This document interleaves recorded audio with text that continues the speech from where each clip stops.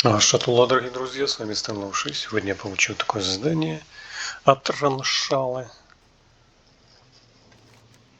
Стражи алтаря. Нужно защищать ее от совухов. И секрет такой есть.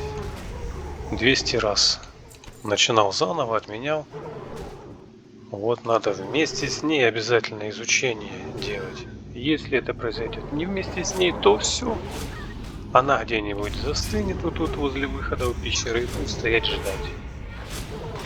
Я думал, может быть, глюки на серваке. Нет, она просто стоит, 10 минут ждет, и ничего не происходит.